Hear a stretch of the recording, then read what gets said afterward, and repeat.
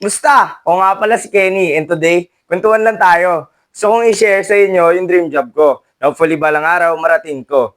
Gusto ko maging tagalinis. De, joke lang. Gusto ko maging executive chef sa cruise ship. O yung pinaka-boss sa kusina habang naglayayag sa buong mundo. So imagine mo to, no? Nasa isang malaking kitchen tayo sa gitna ng dagat. Araw-araw, daang-daang pagkain yung niluluto namin para sa mga pasero. Dito, ordinaryong kusina. Para kang nasa hotel, pero gumagalaw yung sahig, no? Nagluluto, ganyan, gumagalaw, no? So, bilang executive chef, ako yung babantay sa lahat. Menu planning, food quality, kitchen staff, at syempre, paniguradong di ko susunog yung sinigang. Pero seryoso, malaking responsibilidad ng pagiging executive chef. Lalo na kung papasok ako sa mga cruise ship at hindi sa mga cargo.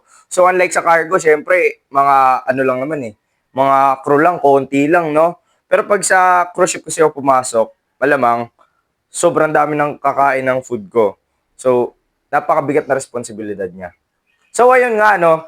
Hindi ako lumaki sa fancy kitchen kasi kulang-kulang halos nga yung mga gamit namin, ganyan. Yung mga cutting board minsan sa lababo na lang nag-iiwa, ganyan.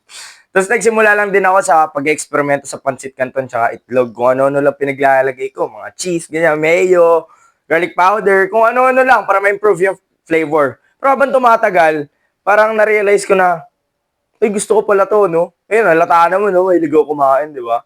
Gusto ko magluto, mag-explore ng flavors, at magpasaya ng tao gamit ang pagkain. At bakit nga ba cruise ship? Kasi gusto ko makita ang mundo. Ayan, makalibot man lang ako, di ba? Makagala habang nagtatrabaho. Tsaka, gusto ko ring malibot yung mundo habang ginagawa yung passion ko. Ayan. Gigising ka sa ibang bansa, tapos magluluto ka ng adobo para sa mga foreigners. Cool, di ba? So, ayun, that concludes my dream job. Yun yung pangarap ko. Di man madaling maabot, pero walang imposible. Sa taong gutom.